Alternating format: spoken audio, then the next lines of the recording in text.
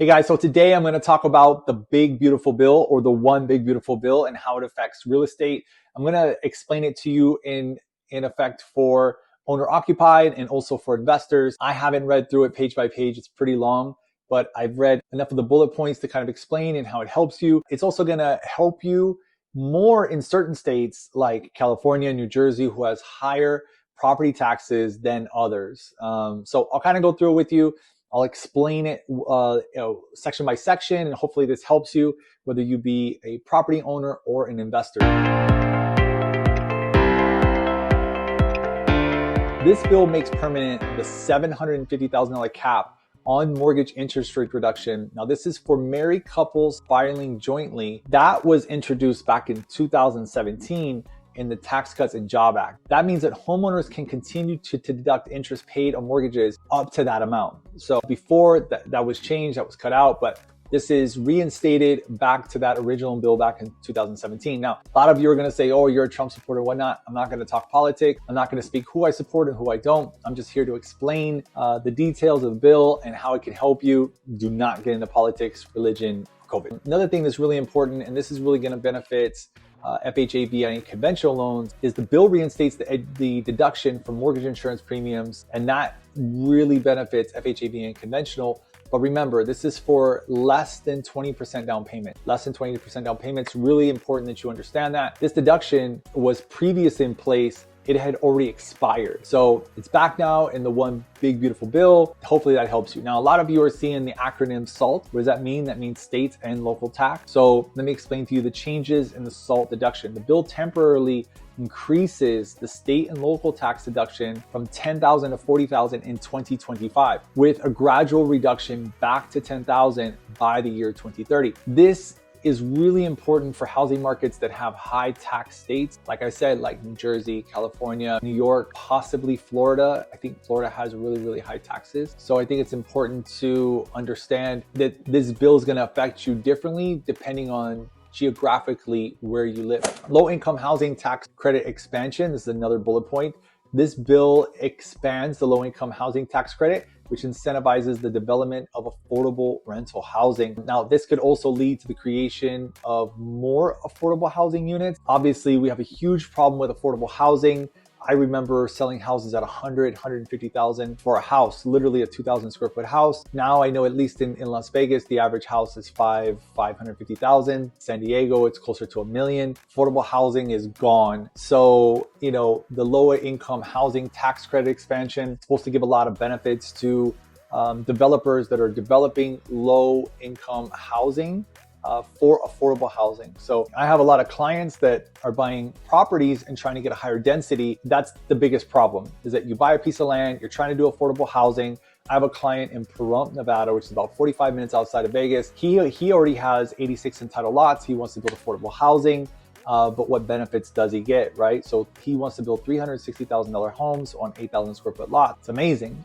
The downside is you have to drive 40 minutes there, 40 minutes back, 40 minutes there, 40 minutes back. So it's kind of like a mini California trip to and from work, as opposed to in California, you have to drive 2 hours, sometimes 2.5 hours. So in Vegas, it's becoming less and less affordable. Obviously, San Diego is really less affordable. And the houses that I comp out in Rancho Santa Fe and Del Mar and La Jolla, they're going anywhere from 2 million to 15, 20 million. And the average house, like I said, out there in San Diego is around $1 million. Here it's at 550, but now you're seeing a lot more, 2, 3, 4 people being on a mortgage, and everybody having to pull their money together just to buy a house. And the interest rates are not high. The interest rates are actually normal. So those of you that are saying you're waiting for rates to come down, being in the 6s, 7s, or even, low 5s or high 5s, that's normal. These are normal rates. We all got spoiled with these 2.5%, 3% interest rates whenever COVID hit. That's not normal. And the fact that they did that the government did that, that's what created this ridiculous inflation where houses doubled or even tripled in value.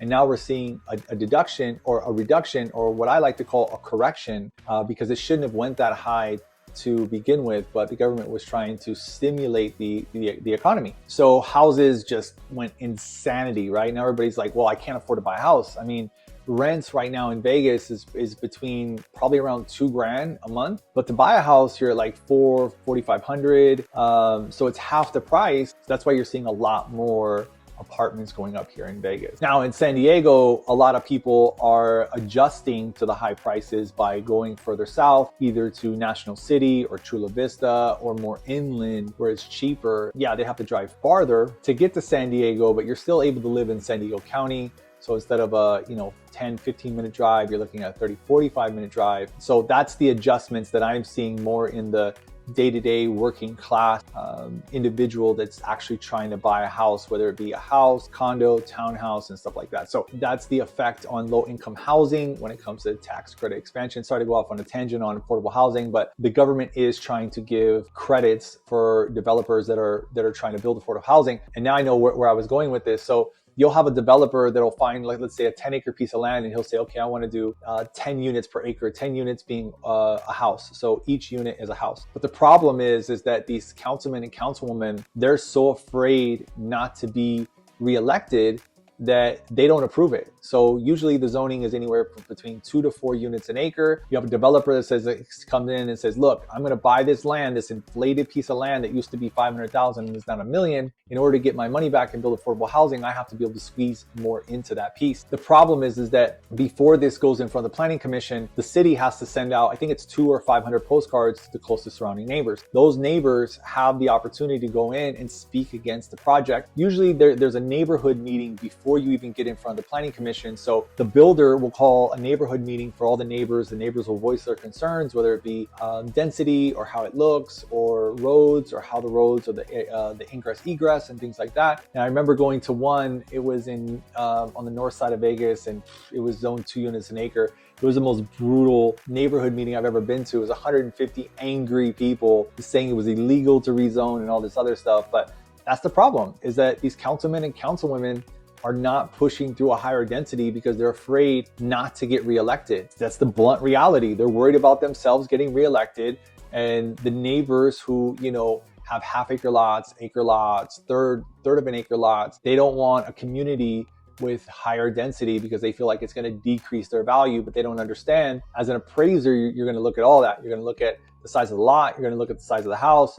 You're going to look at all that, and there's going to be what's called adjustments in the appraisal, and that's extremely, extremely important. So anyways, that's one of the biggest reasons for all this inflation and not having affordable housing. So moving on, the impact of business interest deduction. So we're going to go from owner-occ and residential more to investments. I deal with a lot of investors. They buy everything from developments to from housing to industrial to multifamily, you name it, they're buying it. So the changes to the way business interest expenses are calculated could affect real estate businesses, particularly those making the electing real estate property trade or business election. So there's a lot of stuff there when it comes to impact on business interest deduction. I'm not an accountant. I don't know the specifics, but I would say definitely Google it. You can get more exact, breakdown of what you're looking for in that.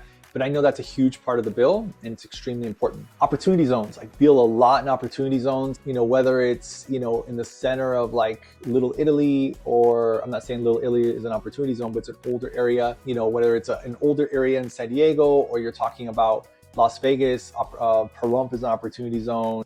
Downtown Las Vegas is an opportunity zone. Some of these older areas in North Vegas are opportunity zones. The government will give you more tax break, short-term and long-term, on your passive income deductions in buying in an opportunity zone. So there's a lot of benefits in opportunity zone. And the bills, and this new bill makes permanent the opportunity zone program. I think originally it was scheduled to expire in 2026, but it's actually made opportunity zone program. It made it permanent, which provides tax incentives for investments in low-income areas. This will really encourage further development in these areas. So you're seeing a lot of these areas that were, low income, just kind of dilapidated, but it's giving huge incentives to developers to come in, develop the area, which is going to help increase the area in a robust way, because now you're creating jobs.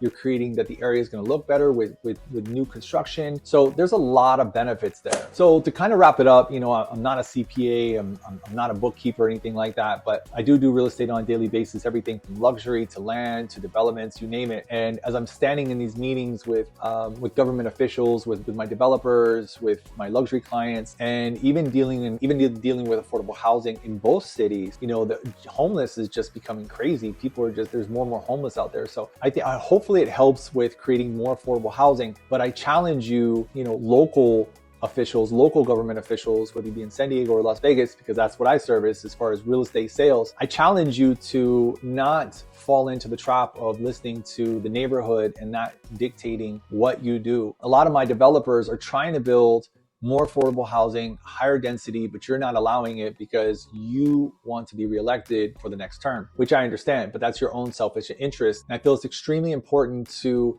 look at the big picture. And you need to help a lot of these families out there that are hardworking families that have just gotten priced out of being able to buy a property. So get creative. Maybe some of these areas that have these old warehouses, 100,000 square foot warehouses, 200,000 square foot warehouses, maybe there's a way to demo those. All of the utilities are already there. Maybe you're able to, I don't know, but there's a lot of options. I think we have to get creative and maybe start doing some mixed use projects that not only create affordable housing, but are able to create maybe passive income within the project as well. So I hope this video really helped everyone.